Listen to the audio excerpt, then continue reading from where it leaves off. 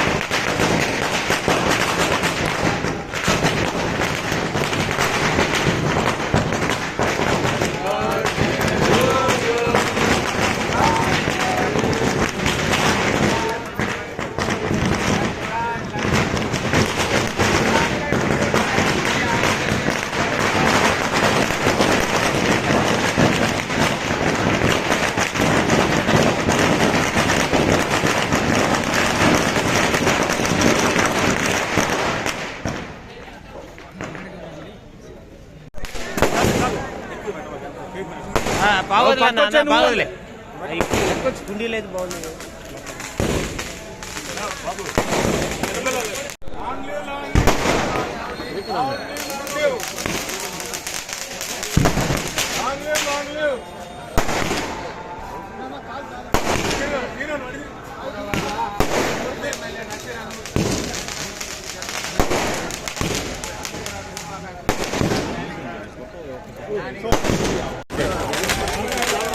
Party senior నాయకులు, రాష్ట్ర party కార్యనిర్వాహక కార్యదర్శి కసుకుర్తి హనుమంతరావు గారి 55వ జన్మదినం పురస్కరించుకొని ఈరోజు గుంటూరు నగరంలో ఉన్నటువంటి తెలుగుదేశం పార్టీ కుటుంబ సభ్యులందరూ కూడా ఘనంగా ఆయన్ని జన్మదిన శుభాకాంక్షలు తెలుపుతున్నటువంటి పరిస్థితి.